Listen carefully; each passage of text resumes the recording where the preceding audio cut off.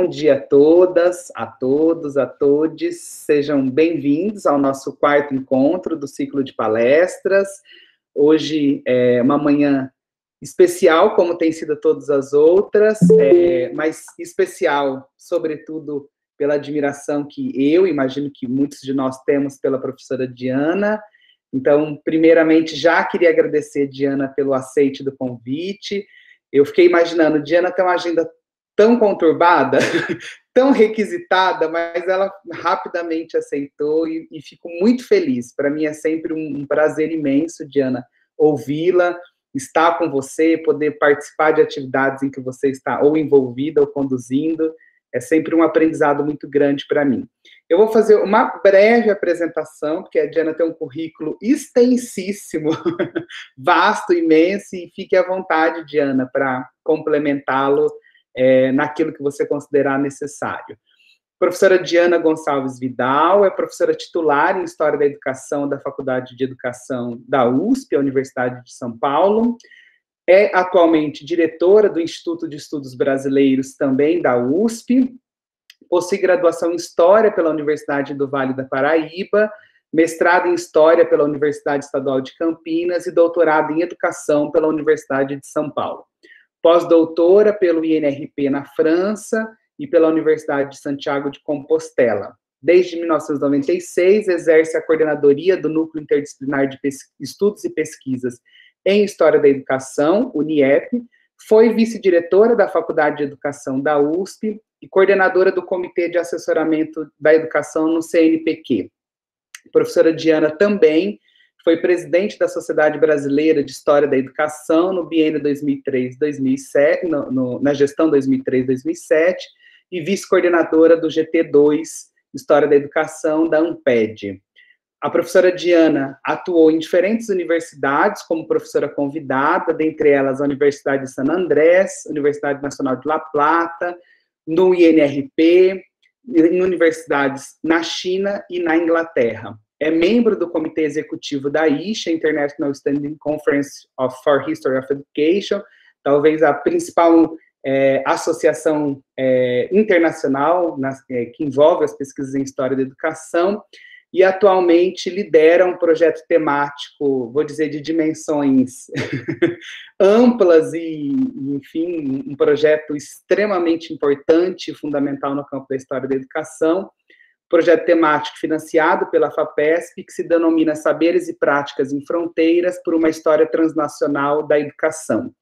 Queria, de uma forma muito pessoal, destacar minha admiração pela professora Diana, que já conhecia, ainda no meu processo de formação em graduação, conhecendo o campo da história da educação, e depois, no doutorado, já há quase uma década, tive o prazer de cursar uma disciplina sobre história conectada, história comparada e sujeitos entre mundos na USP. Foi um semestre difícil de deslocamentos, né, de Tupã, São Paulo, são quase 600 quilômetros, mas um semestre extremamente enriquecedor para a minha formação como pesquisador no campo da história da educação. Então, Diana, é um prazer tê-la conosco, fique à vontade, o espaço de fala, enfim, do diálogo é todo seu. Então, bom dia a todos, a todas, né? Uma alegria estar aqui com vocês. Claro que eu não podia recusar um convite do Fernando, como o Fernando estava falando, já foi meu aluno, já foi meu aluno aqui na USP, mas eu também já fui na Unesp, lá, acompanhar o trabalho do Fernando, então tem uma colaboração que é antiga. O Fernando um pouco também participou do UNIEP, né, Fernando? Durante um tempinho, então, e também é legal contar que esse projeto temático ao qual o Fernando se referiu, conta com vários professores da Unifesp, né, então a Renata, que está aqui, a Rosário, né, a Maíta, a Maria Rita Toledo, então também não é um projeto que engloba várias universidades, na verdade todas as universidades públicas paulistas, e tanto as estaduais quanto as federais e algumas universidades particulares, né? Então, vocês não estão fora do circuito, né, desse projeto, né, vocês fazem parte. E, além do campus aí de Guarulhos, no campus também, né, do ABC, lá tem a UiARA, né, que faz parte também do projeto. Então, enfim, contempla vários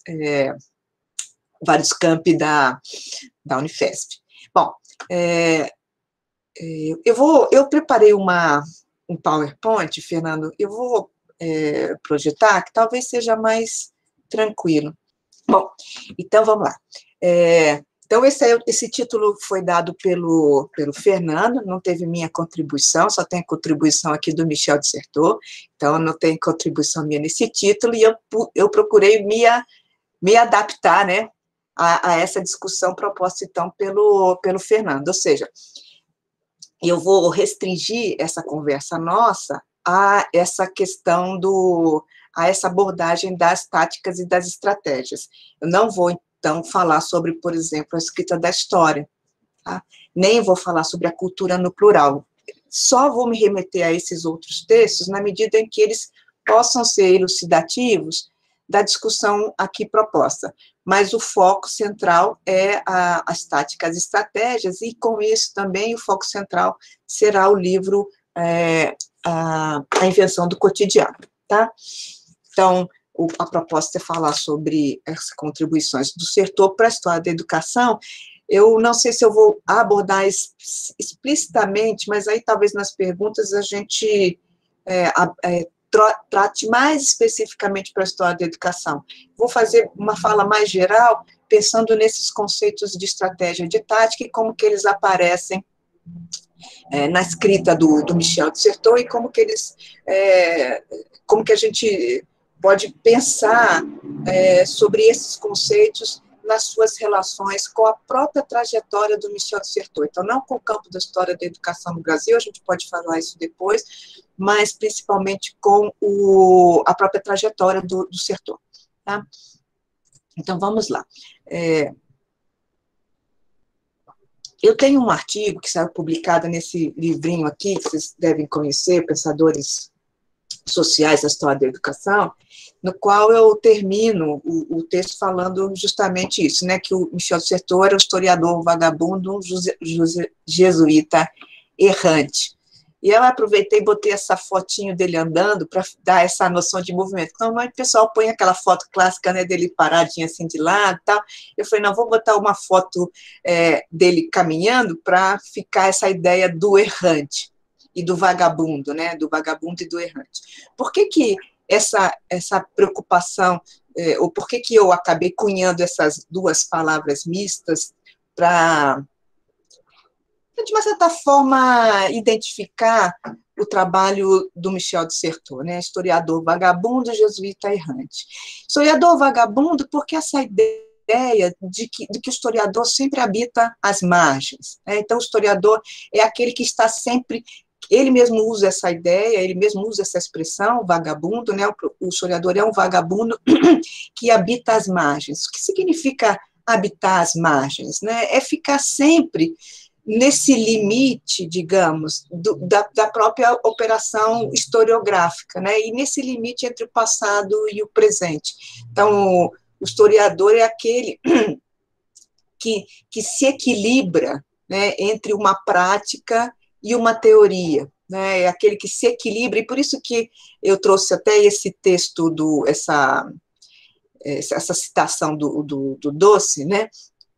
François Doce, porque ele vai dizer que toda a pesquisa do Michel Dissertor é habitada por essa necessidade de pensar a prática e a impossibilidade de escrever sobre ela.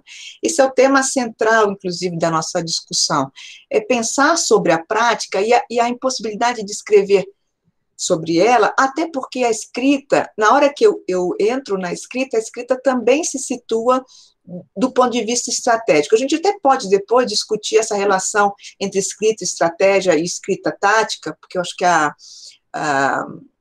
Anne-Marie Chartier traz alguns insights sobre isso, mas, de qualquer forma, a escrita, né, ela tem um conjunto de normas, que é diferente dessa prática ou da oralidade. A escrita ela tem um conjunto de regras.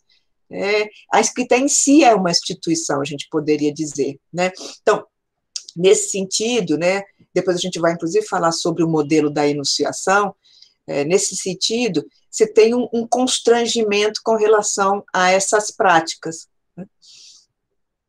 E esse que é a grande dificuldade, né, que o François Doucet vai dizer, né, essa passagem difícil, esse deslocamento que tenta a operação historiográfica reencontrar a multiplicidade das práticas, dando-lhes uma existência narrativa. O Roger Chartier vai dizer que o trabalho do Michel de Certeau, né, se fundamenta no que ele chama de uma epistemologia da distância. O que é essa epistemologia da distância? É a compreensão de que entre a prática e a escrita sobre a prática existe um gap, existe uma separação. Que entre o passado, né, e o presente existe também essa separação. Então, é sobre essa epistemologia da distância. A gente não está mais vivendo no passado, a gente está vivendo no presente, a gente não está mais praticando, a gente está falando sobre a prática, né? Então, assim, talvez a única atividade que a gente, enquanto escreve, quer dizer, a escrita é a única, nesse sentido, né, a única prática que eu pratico enquanto escrevo, tá certo? Pensar a escrita como uma prática é uma prática que eu pratico enquanto escrevo, porque as demais são sempre uma diferença, há sempre uma diferença. E essa ideia da diferença, do limite, é também a ideia da margem e do vagabundo. Tá? Então, por isso que o Certeau vai falar que o trabalho do historiador é o trabalho sobre o limite. Eu falei que eu não ia falar sobre operação historiográfica, e estou falando, né? Não tem jeito, né? Eu acabo sempre falando, né? Então, é esse trabalho sobre o limite. Ele vai usar essa expressão, o trabalho sobre o limite, né? E o jesuíta errante, porque, veja, o Michel de Certeau, ele vai fazer toda a sua formação intelectual no âmbito da igreja. Não inicialmente como jesuíta, né, mas depois ele vai fazer uma formação primeira dentro da ordem, e depois ele vai fazer uma segunda formação em que ele vai se transformar em jesuíta. Então, ele vai ter toda a sua formação no âmbito da Igreja Católica, e ele vai permanecer na Igreja Católica. Isso é muito interessante, tem uma fala da Anne-Marie Chartier. Foi a Anne-Marie Chartier que falou isso? Eu não sei se foi a Anne-Marie Chartier ou se foi... não, foi a Anne-Marie Chartier, que falou que, acho que está até naquele videozinho que eu fiz, né, que uma das coisas que espantou as pessoas que foram no funeral do Michel de Certeau foi que ele foi enterrado como jesuíta, porque para algumas pessoas, para alguns intelectuais franceses, né, ele tinha abandonado a ordem, mas o Certeau nunca abandonou a ordem. O Certeau permaneceu dando o que ele chama de golpes, e a gente vai voltar a essa ideia, né, dando golpes no interior da própria ordem. Então, ele morreu como jesuíta, né, e ele foi enterrado como jesuíta. E isso é um detalhe, mas eu acho que é bacana. Uma vez conversando com o Roger Chartier, uma conversa muito informal, tal, ele falou que uma das coisas que chamou atenção na cerimônia de enterramento, né, de enterro do Certeau, é que o caixão, né, ele entrou tocando a música, não sei se vocês conhecem aquela música da Edith Piaf, que a Edith Piaf canta, que é Rien de rien, je ne regrette rien, je ne regrette rien, né? Então entrou o corpo dele, né, o caixão entrou na igreja com a música Rien, rien de rien, rien, je ne regrette rien, ou seja, nada, nada, nada, eu não me arrependo de nada, né? Que também é uma música laica no interior de um recinto religioso. Então, também pensar que até neste momento ele transgrediu, né? Então, que esse sujeito, esse jesuíta errante, é nesse sentido de que é uma pessoa que também habita as margens, né, digamos, da ordem, né, e que por muito tempo teve uma relação com a ordem de tensão, né? Então, a gente sabe por exemplo, quando ele publica Le Christianisme éclaté, que é um livro que não foi traduzido ao português, mas no qual ele fala sobre a distância da igreja, da hierarquia eclesiástica com relação aos seus fiéis. Né? Ele escreve isso no âmbito de todas as contestações que a igreja vai sofrer na década de 60, no seu afastamento, né, da população e todo aquele movimento do interior da igreja, né, de uma igreja mais voltada para os pobres, uma igreja mais conectada com a América Latina, né, a opção pelos pobres que vai aparecer, a teologia da libertação. Então, ele também vai denunciar esse afastamento entre a hierarquia eclesiástica e a população como um todo. Né? Então, ele fica sempre nessa margem, né, desse jesuíta, que é da ordem, mas que erra no sentido de estar nas margens, é um duplo sentido.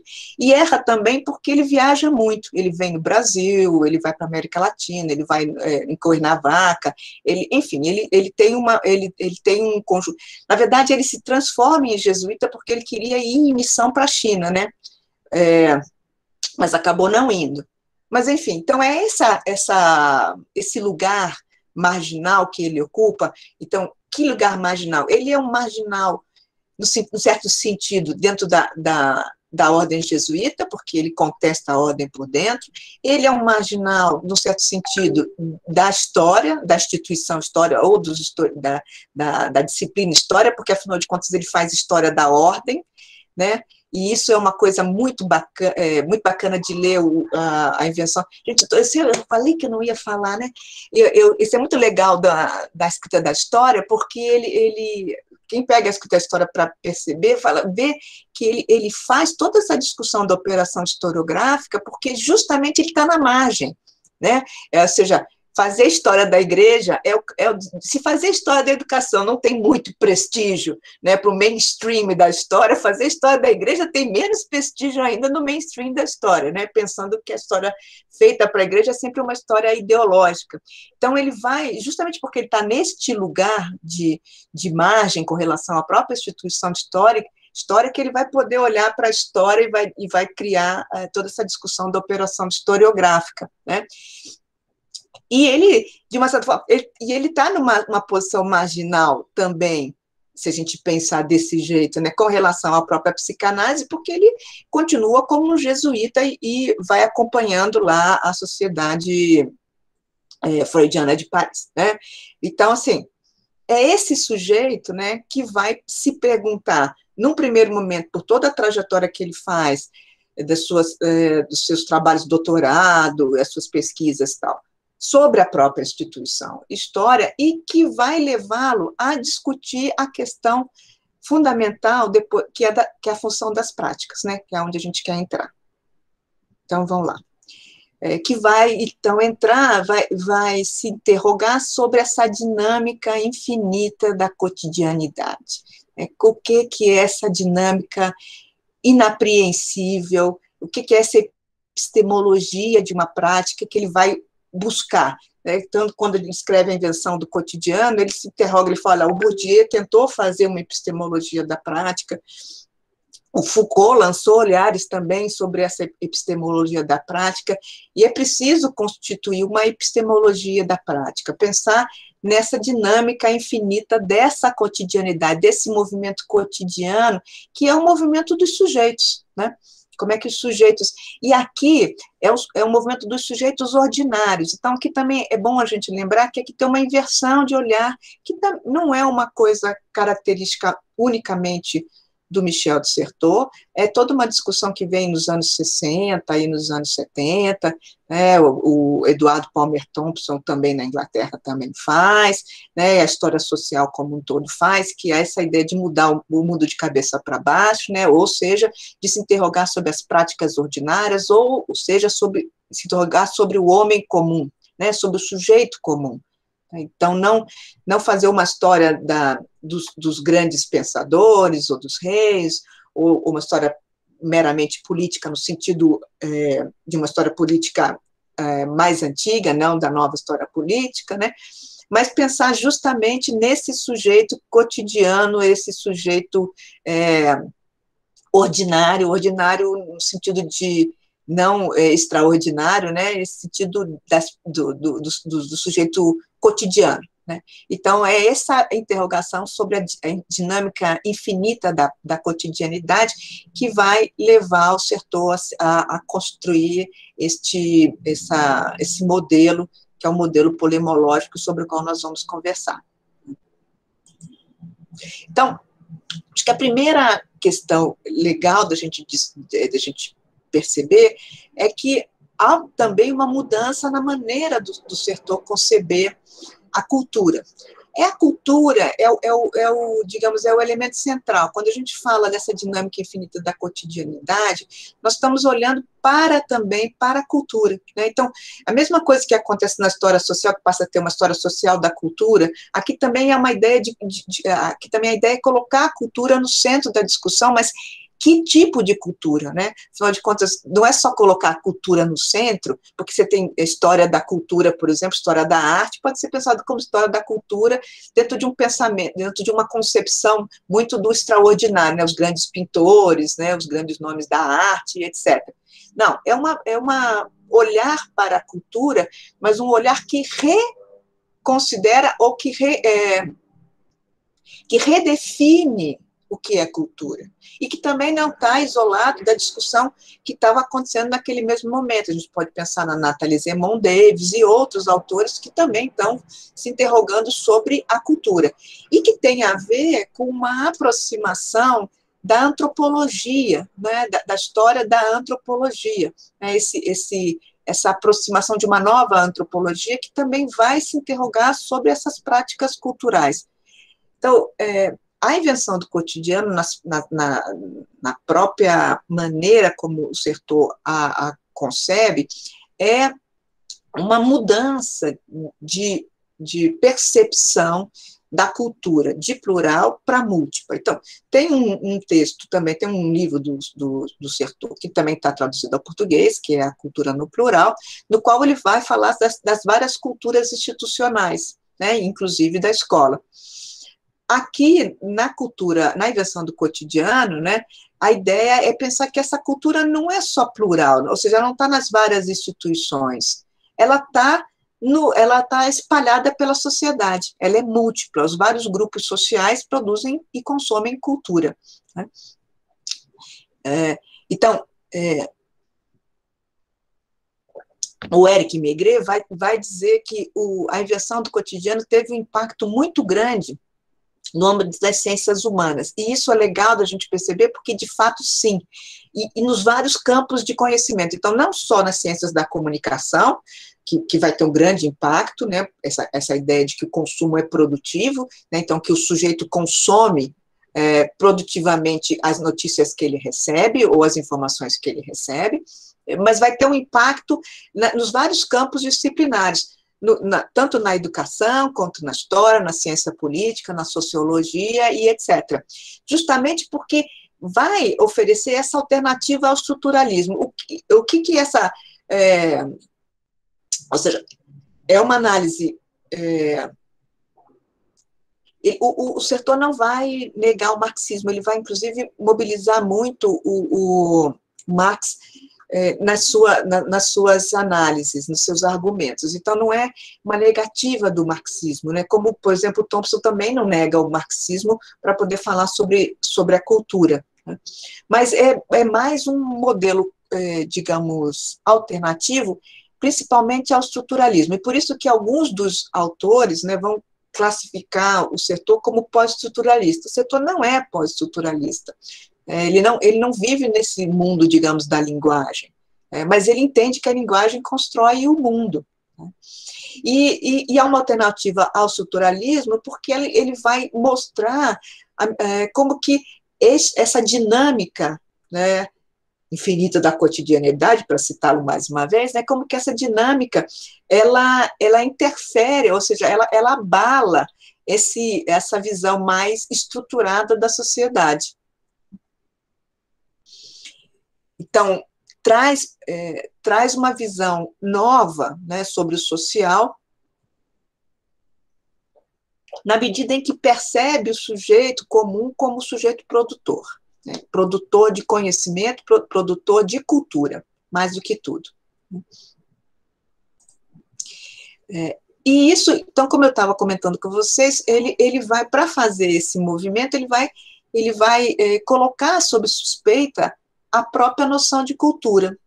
E que noção de cultura que ele vai colocar sob suspeita? A noção de cultura popular, a separação desse par cultura popular e cultura erudita.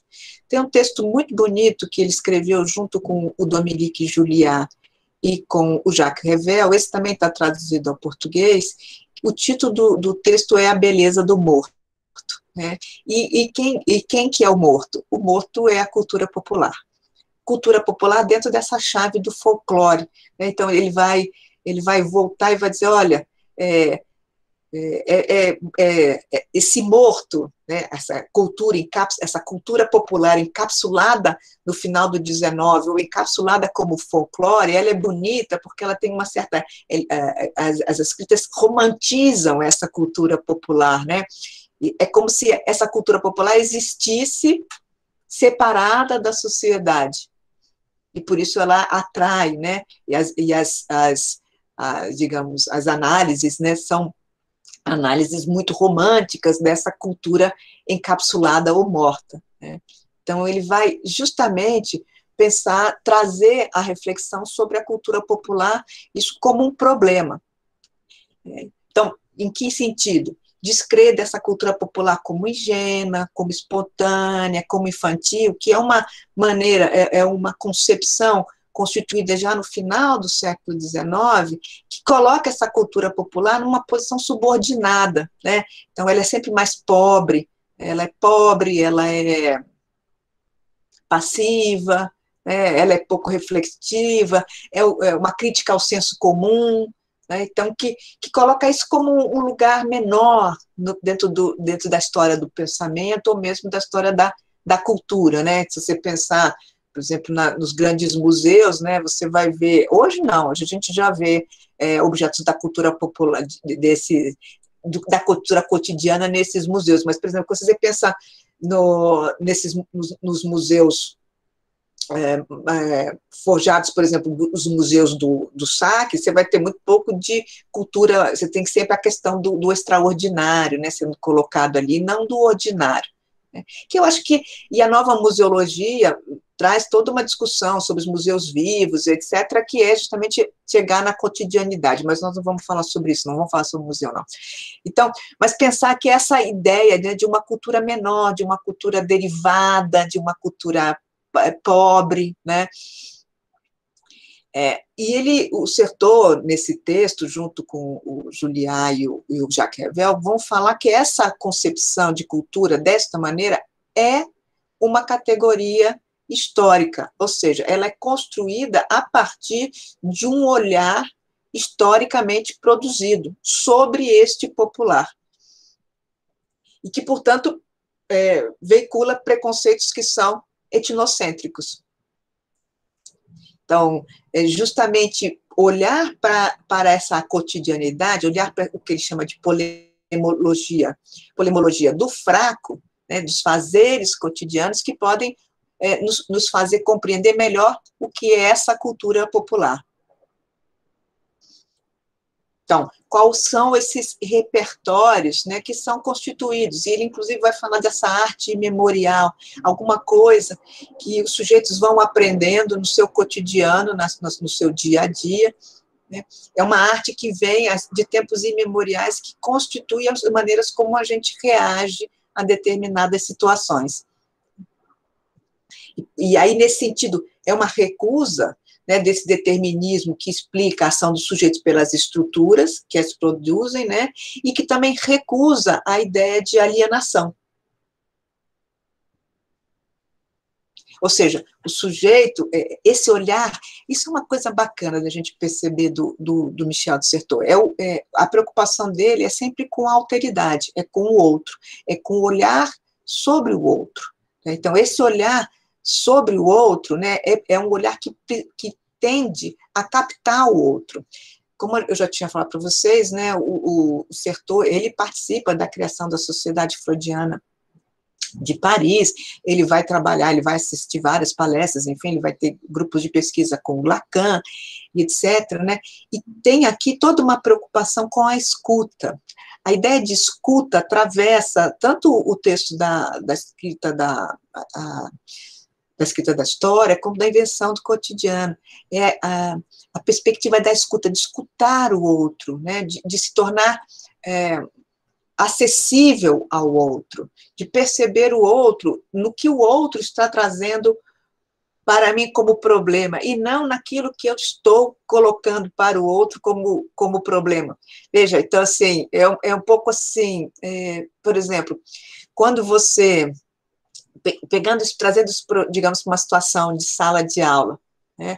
Quando você tem uma situação, um professor, uma sala de aula, com uma classe, por exemplo, que está indisciplinada, digamos, né, fazendo muita bagunça, etc., a pergunta, muitas vezes, não é o que o professor está fazendo de errado, né, mas o que os alunos gostariam que estivesse sendo feito no interior da classe. Você muda, você sai do seu lugar, em vez de perguntar assim, o que eu estou fazendo de errado aqui, né? Você é angustiado para manter a disciplina, né? Ou esses meninos são tudo desorganizados, o problema deles é na família, né? Não, a pergunta é, o que esses sujeitos estão me falando, nessa indisciplina deles, sobre o que eles gostariam, do que eles estão precisando, ou do que eles sentem falta, ou do que eles gostariam de ter. Então, a pergunta é sempre ouvir o outro, né? Buscar interpretar o que o outro quer me dizer. É tentar dar voz a esse sujeito, que muitas vezes é um sujeito sem voz, né? Esses sujeitos anônimos da história, né? A Arlette Farge vai dizer que ela aprendeu com o Michel Dissertot a ouvir no silêncio. É muito bonita essa metáfora, né? Ouvir no silêncio dos documentos, ouvir a voz das pessoas mortas, né? Então, essa ideia de que você busca compreender o outro no outro, e não o outro por mim. Essa, de novo, é a ideia da margem, né? E é a ideia da escuta. E, por isso, essa cultura popular, a partir, então, do outro, plural, né? Da alteridade. Nesse sentido, né, essa cultura popular é uma arte dos fracos, né? Mas fracos não no sentido de que as pessoas são frágeis, que elas não têm poder, elas têm a ver com o poder, elas estão destituídas de lugares de poder, mas elas em si podem atuar, né? Então, elas são fracos, essa arte dos fracos é nesse sentido de que essas pessoas estão destituídas de lugares de poder, né? Mas que são pessoas que sabem lidar, essa que é a questão, né? Eles têm 1000 maneiras, né, de utilizar os sistemas impostos, ou seja, de jogar e desfazer o jogo do outro, essa noção de que as pessoas podem jogar e desfazer o jogo do outro, ou seja, que elas podem, pelas bordas, né, elas podem subverter. Então, você não precisa fazer uma revolução para mudar alguma coisa, mas você pode ir mudando pelas bordas. Então, que que ele chama que o que esses fazeres com, né? O que os sujeitos fazem com, e é fazer com mesmo, né?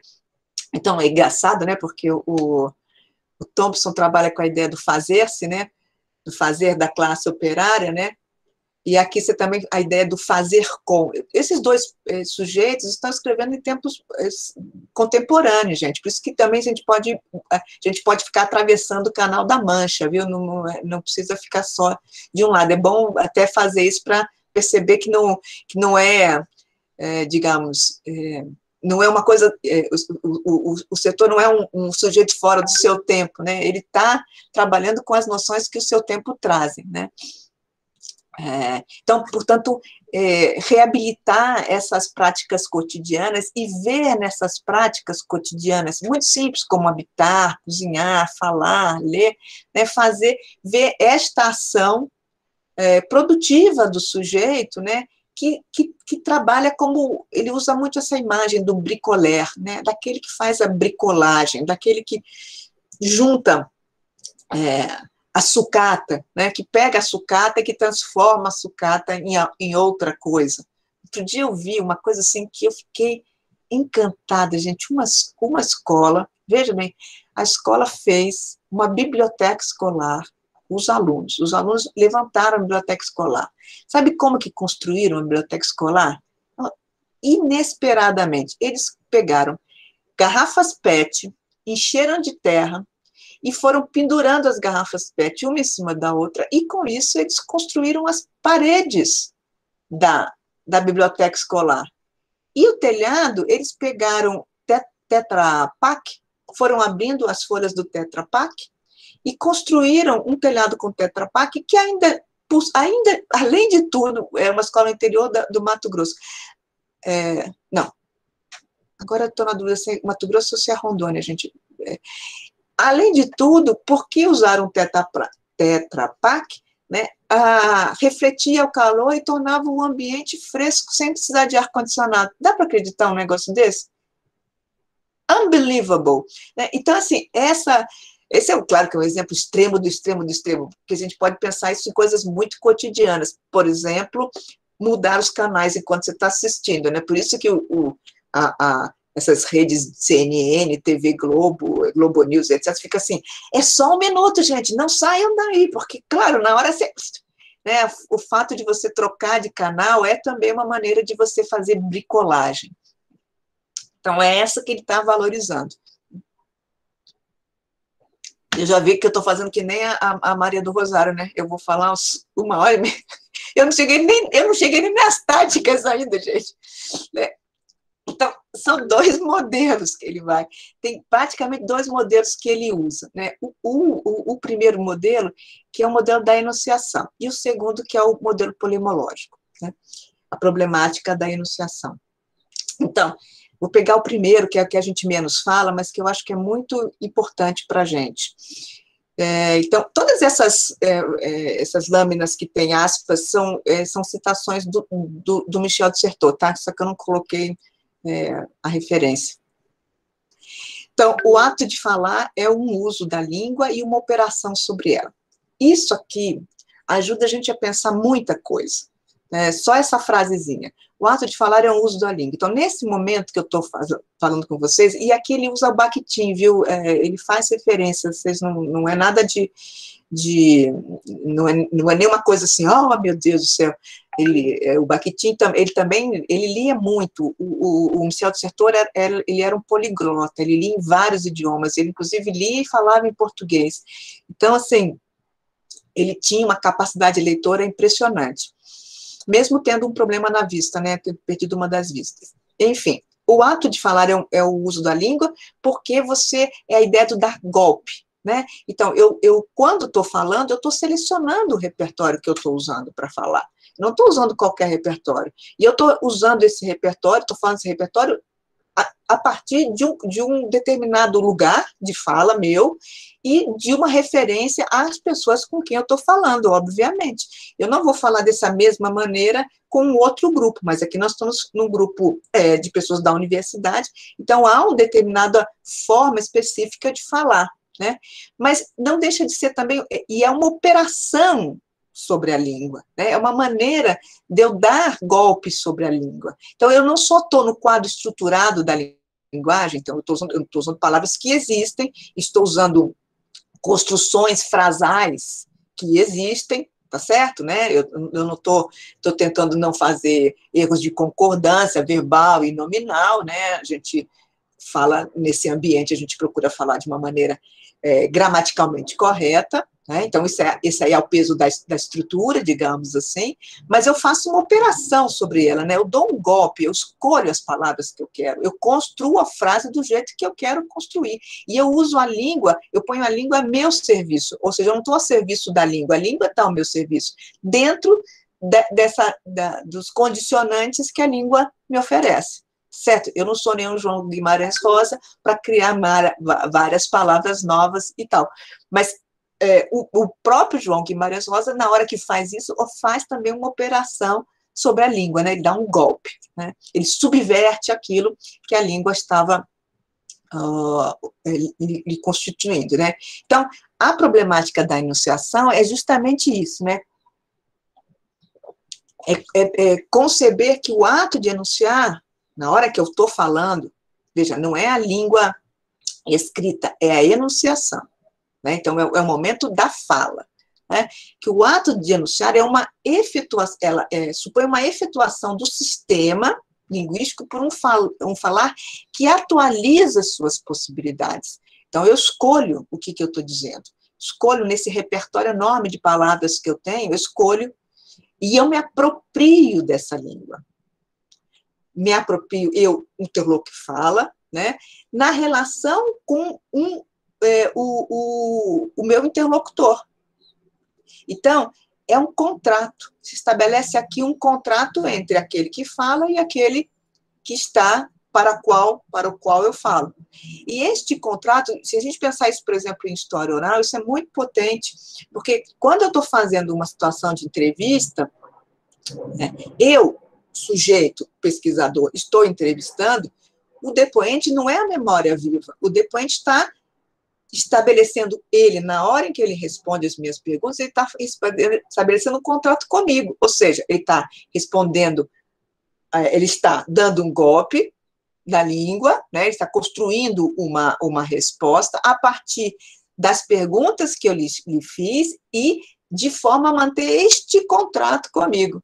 Então, chamar os depoentes de história oral de memória viva é um nonsense, porque eles não são, o depoimento é o resultado dessa interação entre o sujeito que entrevista e o sujeito que é entrevistado, né? Porque ali você instaura, o que o Sertor chama de instaura um presente, né? Uma presença desse sujeito no mundo, é um presente, este presente morreu, agora não, porque a gente grava tudo, mas se a gente não estivesse gravando, por exemplo, esta sessão, o que eu acabei de falar fica nas notas que vocês tomam ou não tomam, fica naquilo que vocês entenderam ou que vocês não entenderam, mas já passou, né?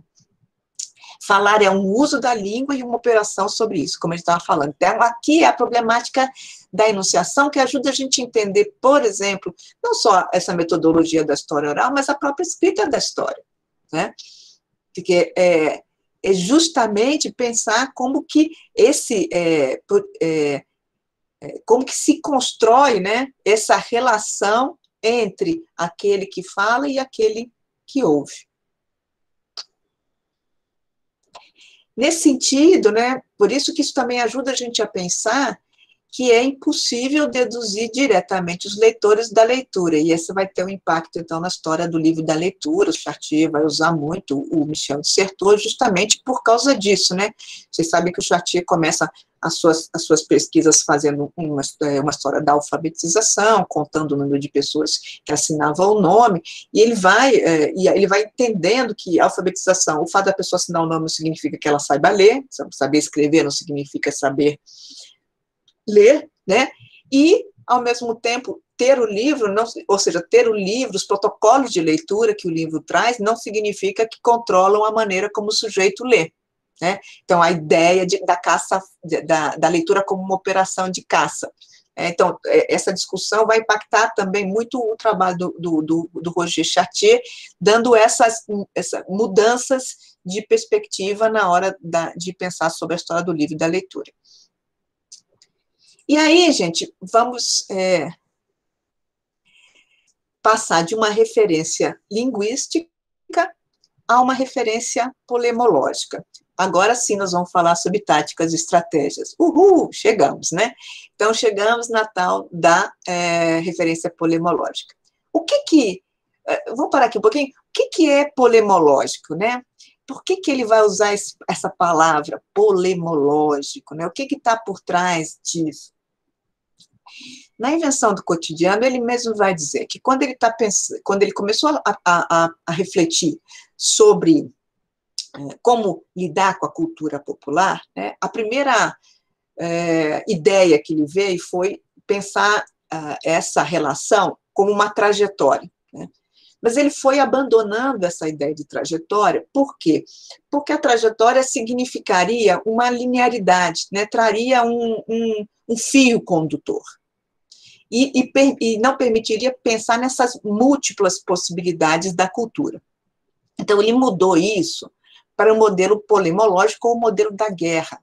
E aqui é um modelo da guerra, não a guerra de posições, a guerra pensada na Segunda Guerra Mundial. Lembrem que o Michel de Certeau, ele viveu a Segunda Guerra Mundial, ele tinha 15 anos quando Paris foi invadida, né, e ficou sob administração nazista, né? Então ele viveu, e ele inclusive trabalhou na resistência, né?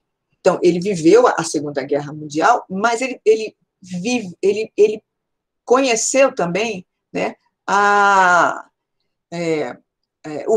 toda a Guerra do Vietnã e a mudança que a Guerra do Vietnã trouxe para a própria concepção de guerra. Lembra, né? A ideia de que, por exemplo, os americanos se perderam na Guerra do Vietnã porque não era uma guerra de posições, era uma guerra em que o inimigo estava dentro do território conquistado. Ou seja, não é uma guerra em que eu vou conquistando, agora tudo bem. Vou conquistando, agora tudo bem. A ideia de que o inimigo está dentro do próprio território. E isso volta à experiência dele enquanto membro da resistência. Né? Então, o fato de Paris estar ocupado não significava que todas as pessoas passaram a ser nazistas. Né? Porque, então, existia um foco de resistência, ou seja, o inimigo estava dentro do território. É essa relação entre território e inimigo, digamos assim, ou entre espaço e tempo, que ele vai construir esse modelo polemológico, então, das estratégias e das táticas, tá? Então, vamos mudar aqui o coisa. Então, a vitória do lugar sobre o tempo é o que a gente pode chamar de estratégia. A estratégia é a vitória do lugar sobre o tempo. O que significa isso? É aquilo que ele chama de ter um lugar próprio. Então, a instituição se estabelece. Né? Vamos pegar o exemplo da Paris ocupada.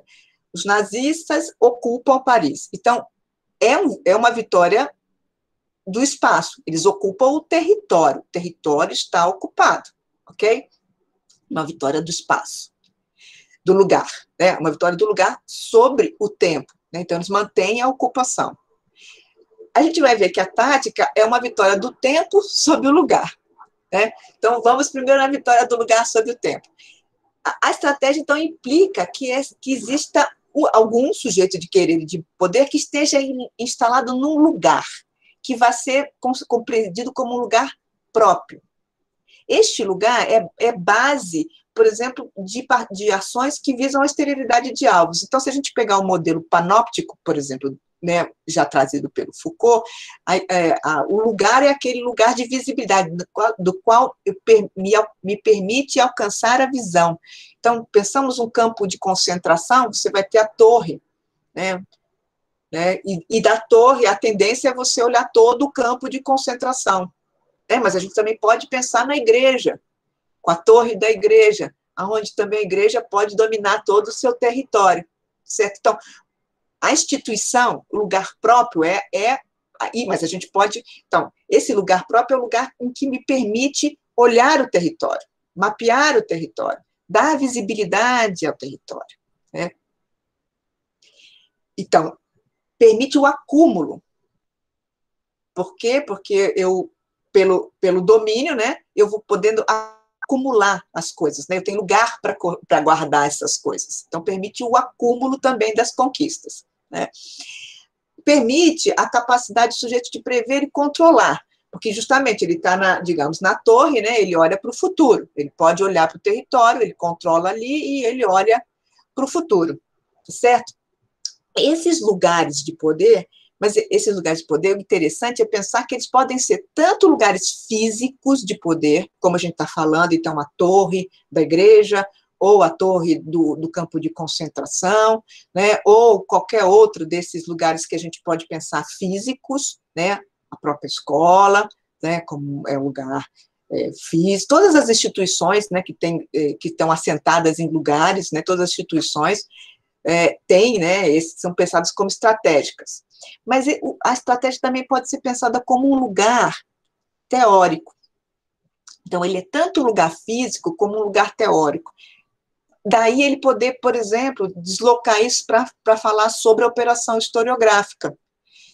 Quando, na operação historiográfica, lembra, ele fala que a escrita da história é produto de a historiografia é produto de um lugar, né, de uma prática e de uma escrita, tá certo? O lugar é a instituição. Que instituição é essa? A instituição história. Aí já não é uma instituição física, não é um lugar, não é uma igreja, não é uma escola, mas é uma instituição também, porque essa instituição, ela estabelece o que é próprio, o que distingue, por exemplo, um trabalho de história de um trabalho de sociologia, um trabalho que a gente entende como um trabalho de historiador, de um trabalho, por exemplo, do geógrafo, tá certo? Então, essa instituição, ela disciplina aquilo que a gente entende como o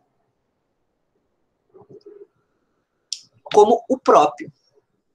Aqui, o próprio é sempre importante a gente...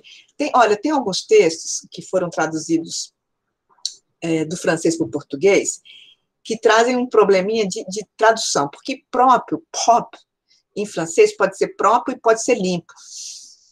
Então, em alguns textos traduzidos, vocês vão encontrar limpo em lugar de próprio.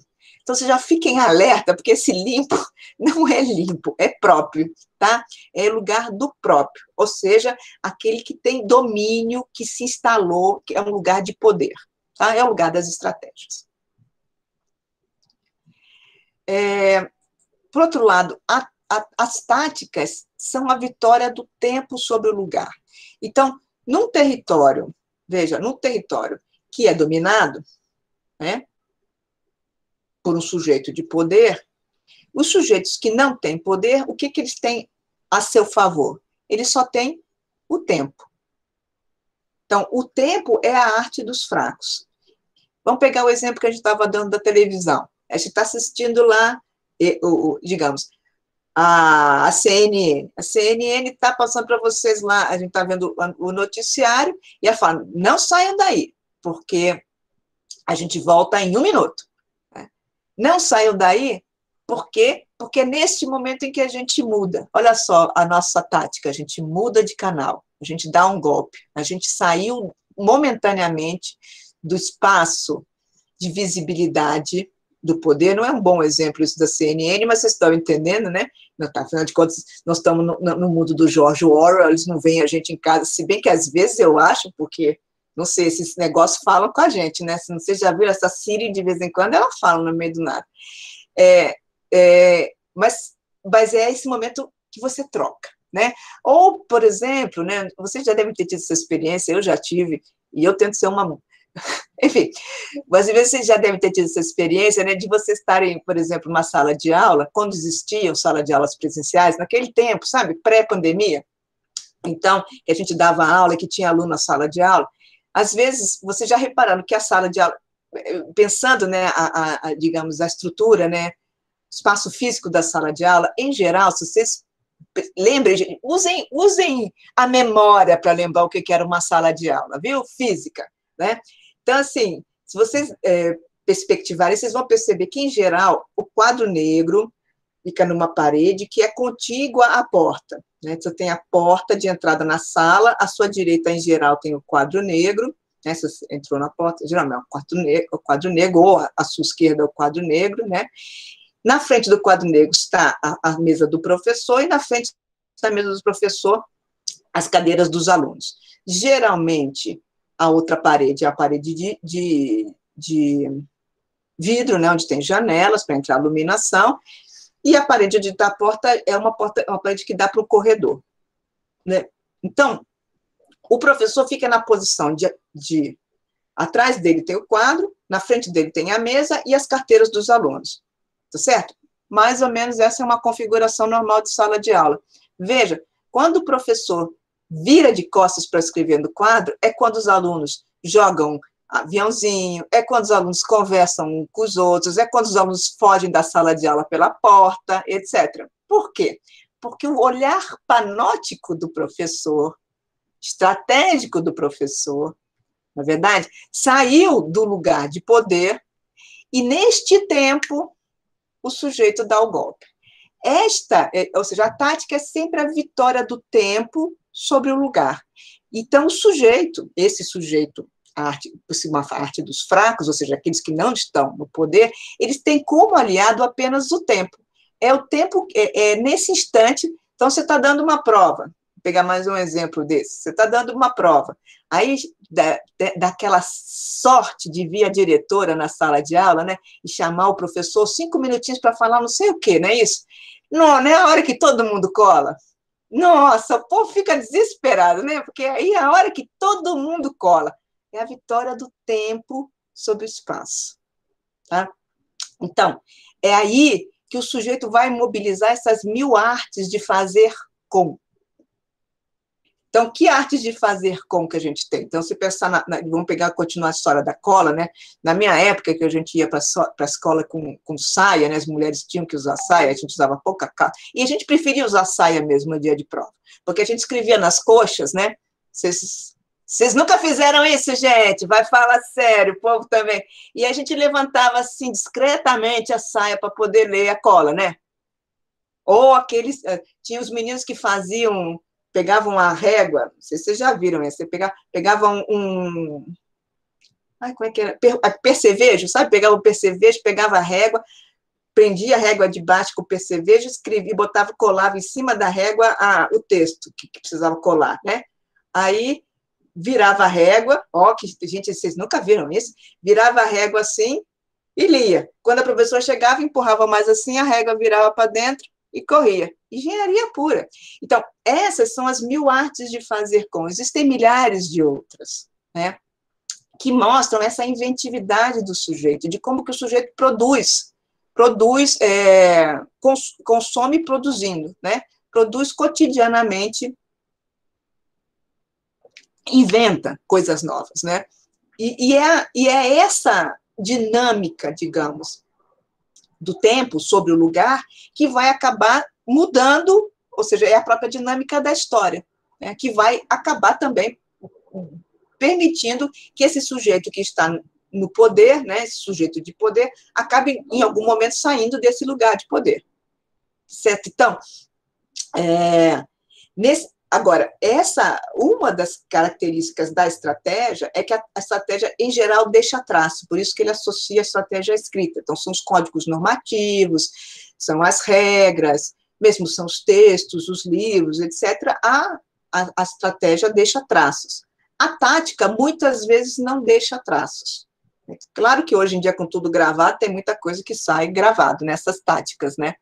Mas, em geral, a tática não deixa traço, né? Ela está presente apenas na memória, e daí ser tão difícil fazer uma história das táticas, né?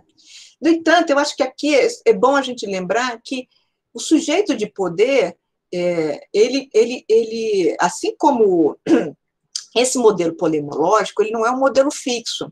Então, a ideia não é trajetória e uma linearidade, é justamente a gente pensar que esse modelo é um modelo da guerra. Então, assim como o professor, na sala de aula, ele vai representar este elemento de poder, né, esse sujeito de poder dentro da sala de aula, né, e de visibilidade, o professor também pode, na mesma sala de aula, se valer de táticas.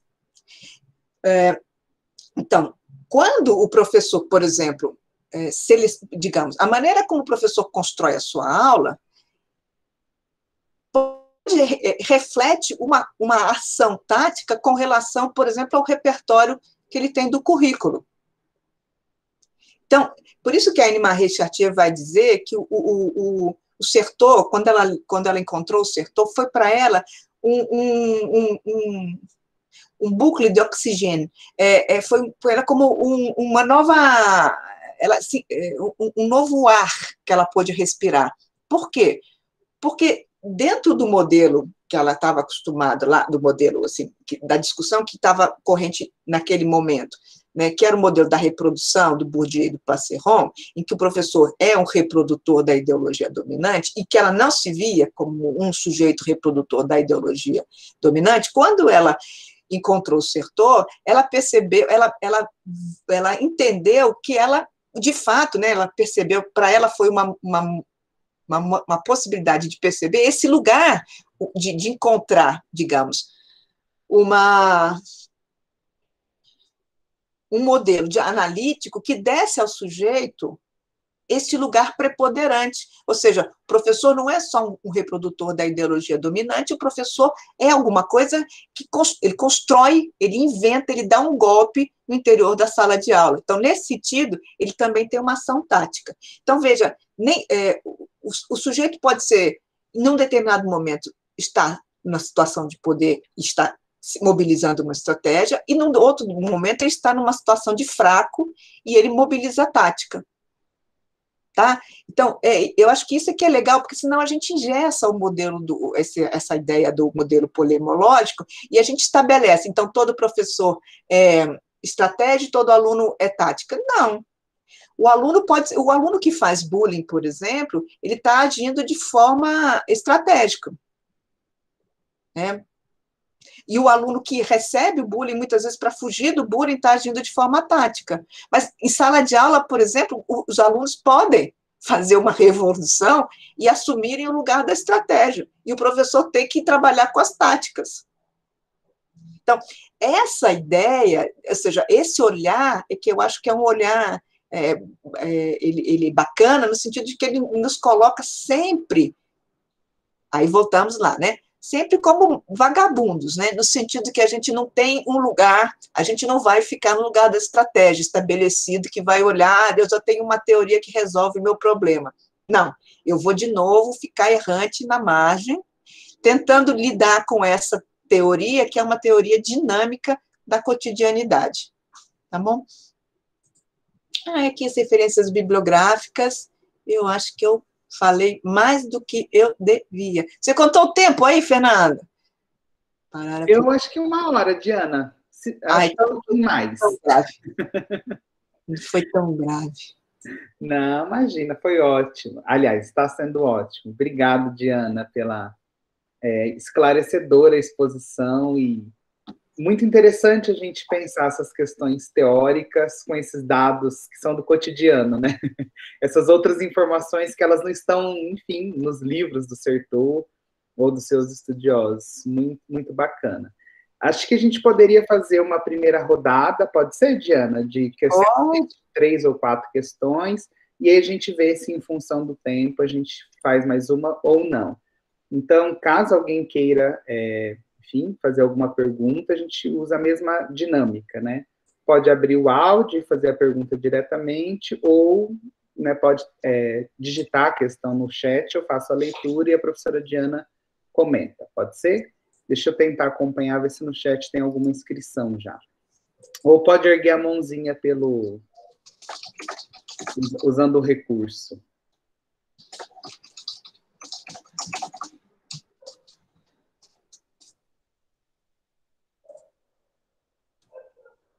Estou vendo se eu não perdi nada, mas por enquanto eu não achei, pelo menos no chat, nenhuma inscrição.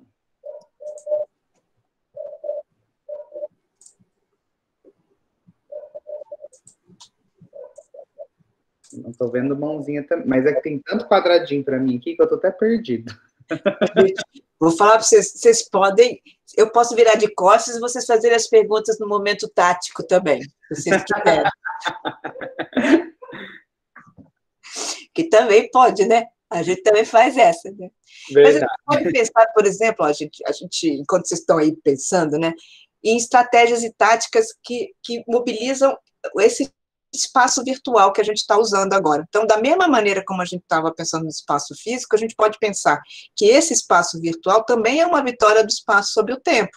E pensar como que a gente dá golpes nesse tempo. Então, quando a gente começou, a gente estava falando exatamente isso, né?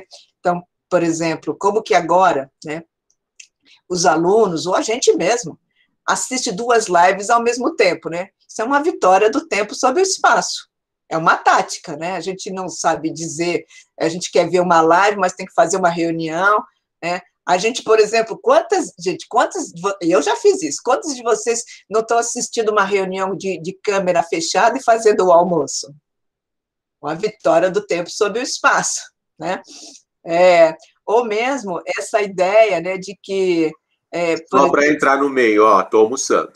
Tá vendo? Ou essa que nós estávamos comentando do WhatsApp, que agora acelera a voz das pessoas, também é uma vitória do tempo sobre o espaço, né? As pessoas gostariam que a gente ouvisse naquele ritmo. Então, gente, eu ontem fui passear, e aí a gente põe no 2 vezes e fala, então, gente, ontem eu fui passear, e resolve o assunto, né? Então, acho que a gente pode, ou seja, trazer isso, pensar, assim como eu posso pensar o espaço, a estratégia, né, esse lugar de poder como um lugar epistemológico, um lugar teórico, né, eu posso também pensar a internet como um lugar, né, então, essa ideia também aqui de que você está num determinado lugar, porque, veja, a gente hoje, com essa vida de lives e de reuniões, e enfim, dessas salas virtuais o tempo todo, né, a gente também constrói, por exemplo, vou pensar aqui, do ponto de vista dos alunos, né? Outro dia, eu ouvi um professor falando que ele fazia o seguinte, olha, gente, olha só, para ter certeza que os alunos estavam prestando atenção, porque você fica com aquelas câmeras tudo fechadinha, né? Uns põem fotografia, outros não põem nada, só uma letrinha, né? Uma letrinha aqui, uma letrinha lá, né? Você fica com aquelas câmeras tudo fechadinha. E você fala sozinho. Então, o professor inventou o seguinte, olha a ideia do professor. No meio da aula, ele pega e joga um link no chat, né? E ele dá 10 segundos e ele sai. Quem pegou o link vai para outra sala. Quem não pegou, fica sem a sala e ele começa a dar falta, certo? Olha a inteligência do professor. Olha só a inteligência do professor. Então, veja, essa é uma estratégia, né? O rapaz criou uma estratégia para controlar os alunos. Por outro lado, a gente pode pensar num conjunto outro de táticas que os alunos vão usar na sala de aula. Então, o mesmo professor que faz isso, que acha que está controlando os alunos, com certeza os alunos já criaram, que nem a gente faz quando passa a lista de presença, né, que um já aprende a fazer a assinatura do outro, né? Obviamente, aqueles que prestaram atenção e que já sabem qual que é o link da nova sala, já devem ter uma lista dos colegas e falam, gente, a sala é essa. E o povo vai para a sala, tá certo? Então, essa relação é ótima, né? Tá vendo aí? Já tem alguém gostando de usar essa estratégia. Então, essa estratégia gera uma tática que vai ser usada pelos alunos e que vai subverter. Então, toda vez que você tem uma estratégia, né? Assim, as estratégias acabam também gerando táticas, né? O sujeito inventa uma maneira de sair do olhar panóptico do poder. Então... Bom, adorei o exemplo. O Gabriel Barros fez uma pergunta aqui no chat, vou ler, aí pode ser que surja alguma outra. Professor, a partir de suas pesquisas transnacionais, como se pode pensar as questões das estratégias da estratégia e tática? Nesses casos, acontece uma virtualidade maior entre estratégia e tática? Se possível, gostaria que comentasse um pouco mais sobre esses conceitos nas pesquisas que a senhora tem realizado atualmente. Agradeço muito pela aula. Eu vou fazer uma segunda pergunta. Já vou fazer junto? Pode ser, Diana? Pode. A Larissa perguntou também. Com base na sua experiência, muito inspiradora, como ouvir os documentos para realizar a escrita de uma historiografia? Tá. Então, vamos lá. Pensar nesse modelo da estratégia, no modelo polemológico, ele ajuda muito a gente a lidar com a própria documentação, né? Então, é a ideia de ouvir o outro. Então, mesmo nas pesquisas que são de caráter transnacional, o que você vai tentar fazer é ouvir. E aí, eu acho que dá para juntar o Gabriel com a Larissa de uma certa maneira, porque a ideia é você tentar ouvir. Ou seja, em vez de você... O Sertor disse que a empiria é condição de esgotamento da teoria. O que isso quer dizer? Que todo historiador, quando vai a campo, ele tem uma teoria. A gente não sai, a gente tem uma teoria até para escovar dente, gente. Né? Tem gente que escova assim, tem gente que escova de cima para baixo, tem gente que escova atrás, tem gente que escova a língua. Cada um de nós tem uma teoria. A gente nem pensa sobre isso, mas a gente faz, tá certo? Né? Então, essa teoria informa a nossa prática. Certo? Então, mas a empiria é condição de esgotamento dessa teoria. Vou pegar o exemplo da pasta de dente, porque é ótimo, né?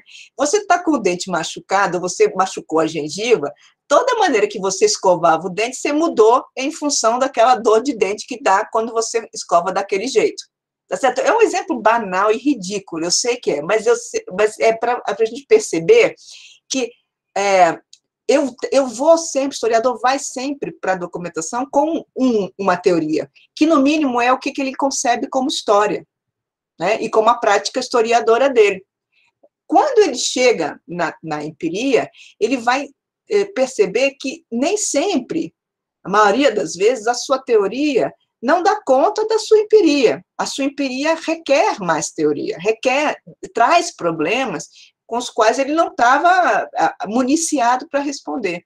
Então, ele vai buscar outros modelos teóricos ou ele vai construir um outro modelo teórico. Então, essa ideia da relação entre teoria e empiria é muito boa para a gente dar ouvido ao documento. Então, não submeter o documento à teoria que a gente tem, sei lá, né, a teoria de que, sei lá, a gente pode partir para campo achando que a gente vai encontrar um conjunto de provas daquilo que a gente já acredita que aconteceu, certo? Aí a gente chega lá e encontra questões novas em aberto. Essas questões novas em aberto fazem com que a gente volte a perguntar sobre o que a gente pensava. Tem um outro conceito do Certeau, né, que eu acho que é muito bacana, que é a ideia do não dito. Ele vai dizer que a história, ela tem o dito, o interdito e o não dito. O dito, óbvio, é o que está ali, escrito. O interdito é aquilo que é proibido, mas que é proibido, e a gente sabe que é proibido, tá certo? Então, é proibido falar, sei lá, por exemplo, na prática historiadora, né, sei lá, você vai estar dentro de um determinado território, digamos, né, que você está trabalhando teoricamente, daí você não consegue juntar dois autores diferentes. Por exemplo, isso é interdito, ou mesmo é proibido de você falar de determinados assuntos, né? Interdito mesmo, né? Autores que não são valorizados na historiografia, etc. Mas existe o não dito, que é aí que é o mais interessante. O que é o não dito? O não dito é a base da operação historiográfica. O não dito é aquilo que ou a gente é tão claro para a gente que a gente não precisa dizer, é o óbvio, né? Ou é aquilo sobre o qual nós nunca pensamos. Então, por exemplo, a gente, quando começa a falar sobre a história das mulheres, não é que era proibido falar de mulheres na história. Entendeu? Você podia falar de mulheres na história. Não é que era proibido, é que era não dito mesmo. Estava no campo do não dito. Não havia necessidade de falar das mulheres, eram coisas menores, acessórias, tal, e só uma ou outra mulher mais extraordinária que a gente vai contar sobre elas. Agora, fazer uma história sobre a cotidianidade das mulheres era uma coisa, era fazer parte do não dito. Então, quando o não dito vira dito, né, você vai construir uma teoria sobre. Então, a gente começou a falar de história das mulheres, primeiro a história das mulheres. Aí a gente continuou fazendo história das mulheres e percebeu que falar de mulheres sozinha não fazia sentido. Que, na verdade, a história das mulheres só faz sentido na relação com a história dos homens, tá certo? Então, surgiu o conceito de gênero, ok? Para a gente poder falar sobre gênero. Aí a gente começou a falar sobre gênero e a gente percebeu que não dava só para falar sobre mulheres e homens, porque as pessoas não são só... A gente não tem uma sociedade só de mulheres e de homens, a gente tem uma sociedade muito mais plural com isso. Então, apareceu os movimentos LGBT, que agora já tem mais letra e signo que tudo, LGBTQI+, tá certo? Então, a gente foi alargando. Por que a gente foi fazendo esse movimento? Porque, de fato, a gente foi começando, eram todos não ditos, então, ou seja, existe LGBTQI+, hoje não existiam pessoas LGBTQI+, há, sei lá, 100 anos? Claro que existiam, mas elas estavam no não dito, digamos, dessa história. Né? Algumas estavam no próprio interdito, mas outras estavam, ou seja, o conceito estava no não dito. Então, a ideia é que a teoria, a empiria, nos traz problemas que vão ser resolvidos pela teoria. E a gente, então, cria uma teoria para poder responder à empiria. tá certo? Então, nesse caso, é a mesma coisa, o transnacional. Quando você está trabalhando com o transnacional, por que surgiu o conceito de transnacional? Porque a própria sociedade, digamos assim, né? Primeiro, a circulação dos sujeitos, dos professores, os vários congressos internacionais, toda a demanda de internacionalização que foi posta, né, sobre os professores, sobre os pesquisadores, mas também esse mundo globalizado, da economia global, das multinacionais, etc., foram colocando o Estado-nação sob questão. Não é isso? Se o Estado-nação foi uma resposta importante durante o século XIX, durante o século XX, para criar uma identidade, para criar fronteiras, para responder, sei lá, para construir uma economia pujante, etc., toda a discussão do Estado Nacional e muita discussão de nacionalismo, patriotismo e depois nacionalismo, né? Hoje, o Estado-nação, ele é quase que, ele é uma figura que compete com as empresas multinacionais. Por exemplo, o Google que nós estamos usando. Qual que é a sede do Google? Nem sei onde que é a sede do Google. Acho que é na Suíça, né? Nem sei mais onde que é a sede do Google. Então, assim, qual que é a sede? A gente não tem... todas essas questões foram colocando o Estado-nação sob suspeita, sob suspeição, né? Enquanto um conceito suficiente para dar conta dos movimentos.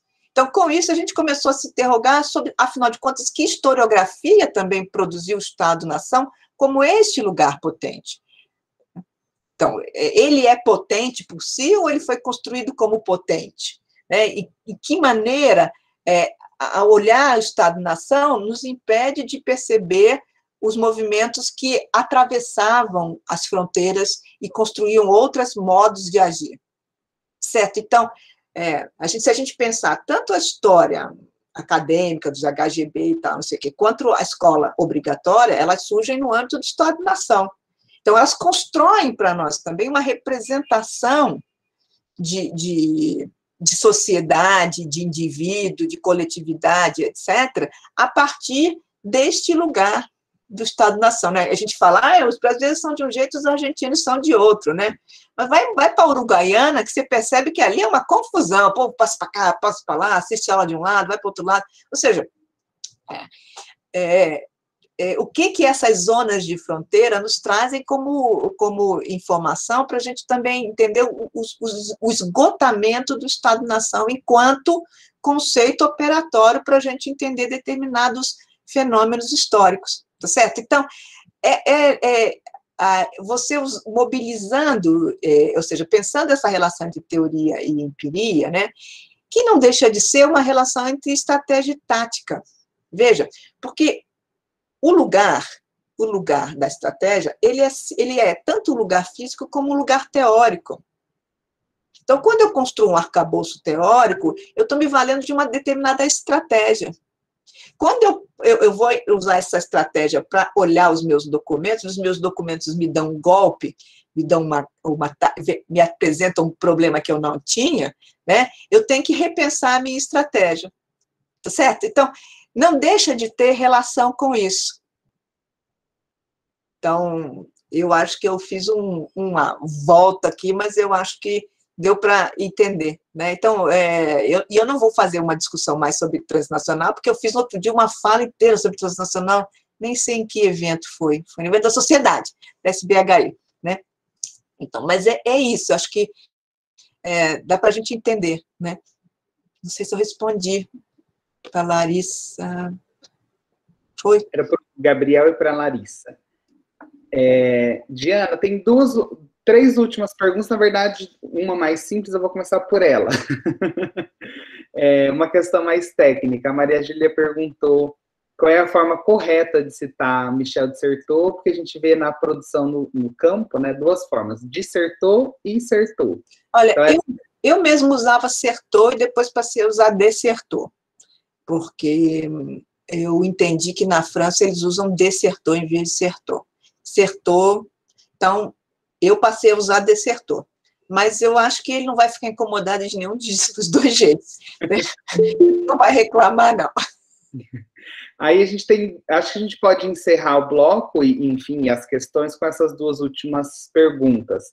Uma delas é a da Laís. A Laís perguntou, né? Como operacionalizarmos estes conceitos de estratégia e táticas em nossas pesquisas em História da Educação, tendo em vista que, na maioria das vezes, estamos muito distantes das práticas dos sujeitos? E a pergunta da Adriana: professora, sempre um privilégio ouvi-la. Considerando os limites mencionados por Certeau, acerca das práticas e a escrita das mesmas, gostaria que comentasse se Certeau problematiza discurso versus realidade, ou se ele busca localizar uma possível realidade através da análise do discurso. Então, não são questões simples, né? São amplas, mas, enfim, Diana, fique à vontade para comentar o que você achar necessário. Então, vamos ver lá. Eu acho que a pesquisa em História da Educação tem se valido já dos conceitos de estratégia e de tática, né? E não é necessário, não necessariamente, é claro que, veja, é uma das características das táticas não deixar vestígios, mas isso não quer dizer que esses vestígios não existam, né? Então, por exemplo, quem trabalha com manuais escolares, você pode encontrar um manual escolar, trabalhar com manual escolar limpo, né? Então, você pegou o exemplar lá que foi publicado, está na sua mão. Você pode trabalhar com manual escolar preenchido. Se você pegar um manual com as respostas dos alunos, você tem um elemento de táticas, né? Digamos, se você consegue encontrar cadernos de alunos, você consegue ver algumas das coisas que as professoras ensinaram e outras das maneiras como os alunos lidavam com isso, né? Então, eu fico lembrando, assim, desenhos de alunos que estão no caderno e etc., que vão mostrando marginálias de texto. Então, você pega o texto, você encontra marginálias, né, que são comentários, ou mesmo, às vezes, nem marginálias, só o fato de por que você sublinhou tal parte e não sublinhou tal parte, né, onde você dobrou a página ou você não dobrou a página, né? Às vezes, é muito bom pegar livros de sebo, né? Porque os livros de sebo vem tudo comentado, né? Tem gente que fala que detesta, porque já fala, o professor já marcou tudo, eu queria marcar as minhas leituras e tal, né? Mas, por outro lado, é tão interessante se interrogar por que determinado tempo as pessoas sublinharam determinadas coisas e hoje já não parece interessante mais sublinhar aquilo. Então, existem marcas, né? Você pode não só procurar... Primeiro, você tem a coisa do alargamento das fontes, né? Mas mesmo em fontes tradicionais, você vai encontrar elementos das táticas, né? E você pode procurar também pelos não ditos, né? Então, por exemplo, né? A gente, quando trabalhava com no início, né, quando as pessoas começaram a trabalhar com documentos do século XIX, em História da Educação, se falava muito assim, olha como os professores do século XIX eram submissos, porque eles ficavam cheios de rapapé, né, com os professores, com os superiores hierárquicos, né, então venham muito humildemente solicitar, não sei o que eles quiserem. E depois a gente foi percebendo que isso é um não dito, ou seja, se o cara não pusesse vou muito humildemente, venham muito humildemente, nem era lido, porque essa era a maneira de se escrever cartas. Então, também, a comparação entre fontes. Então, você pegar, por exemplo, manuais de correspondência que ensinavam como que você escreve uma carta para um superior, como que você escreve uma carta para um amigo, etc. Eu ainda sou do tempo que existia manuais de correspondência, que a gente aprendia, né, a escrever carta, né? Hoje em dia... Então, a maneira como a gente vai construindo também traz não ditos. Aí você vai fazer esses não ditos, você vai comparar essas práticas, por exemplo, com documentos, né? Então, veja, hoje a gente escreve, a maneira como se escreve no WhatsApp é completamente diferente da maneira como a gente escreve, por exemplo, uma carta oficial. Hoje em dia, o e-mail já é mais formal, o WhatsApp é mais informal do que o e-mail, e o e-mail mais informal do que uma carta que você faz. Então, isso mostra, né, essas coisas vão dando pistas sobre práticas, como que essas práticas vão mudando. Então, assim, também não adianta a gente achar que a gente vai ter que filmar uma sala de aula para poder falar sobre a prática, né, do professor. Acho que a gente vai encontrando esses elementos, e no passado a gente vai tendo esses elementos por várias formas de lidar com essa documentação, tá? Pela comparação, por procurar os não ditos, por se interrogar sobre o que parece óbvio, e assim sucessivamente. Tá? Agora, discurso versus realidade, eu não sei, porque quando a gente fala da problemática da enunciação, o que nós estamos falando é que esse enunciado, né, ele está construindo ali um presente. Então, você não tem uma distância entre, digamos, a fala e o presente, ou seja, ali o problema é que, na hora que eu falei, já ficou no passado. Então, aí já tem mas não vejo que existe uma diferença entre realidade e discurso. E por isso que alguns historiadores vão pensar, alguns autores vão dizer que o Certeau é pós-estruturalista, né? Mas eu não vejo, e o próprio Certeau acho que não se via como pós-estruturalista, porque a ideia não é que o discurso constrói a realidade, mas o discurso é constitutivo da realidade. Diferença? Dá para entender um pouco a diferença? Né? Ele é constitutivo. O Certeau tem um pé marxista, ou seja, ele não vai negar a concretude das relações materiais, das condições materiais da existência, ao contrário, ele se preocupa com a concretude, inclusive da concretude das práticas, né? Então, não é que você separa um discurso da prática, ao contrário, a prática também, a prática também constrói por isso que ele vai dizer que o Foucault poderia ter avançado na sua teorização. Né? Ele vai dizer isso na Invenção do Cotidiano, que essa ideia da prática discursiva do Certeau, né, do Foucault, né, que ele sempre acha que ele escreveu isso, ele achava que o Foucault podia ter avançado, que o Foucault sinaliza para uma teoria das práticas, mas que o Foucault não avança, né, acaba... a mesma coisa ele vai dizer para o Bourdieu, que o Bourdieu também, ao falar sobre estrutura estruturada, estrutura estruturante, tal, sinaliza para uma teoria das práticas, mas que também não avança na construção dessa teoria das práticas, né? Então, acho que é isso. Não sei se respondi, mas enfim. Também não sei se enrolei, se deu uma saída tática, tipo Leão da Montanha. Eu acho que o bom... vocês são todos muito jovens, mas eu acho que para mim, assim, das representações mais... assim, evidentes da tática é o Leão da Montanha. Vocês já viram aquele desenho, o Leão da Montanha? Quem não viu, vê, deve ter no YouTube. Entra lá, o Leão da Montanha. Ele sempre fala assim, quando ele está numa situação de perigo, ele fala, saída estratégica pela direita, saída estratégica pela esquerda. É um pouco isso, né?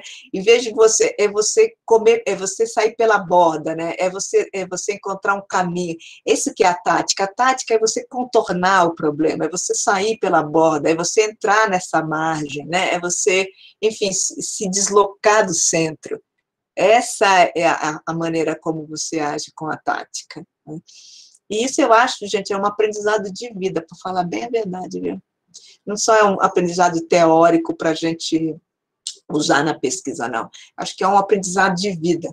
Às vezes a gente faz muitos embates que poderiam ser contornados com saídas muito mais criativas do que o enfrentamento direto. É claro que há momentos em que precisa fazer enfrentamento direto, não estou dizendo para a gente não fazê-los, mas eu acho que às vezes a gente perde muita energia com enfrentamentos diretos quando é simplesmente dar um passo ao lado, sabe?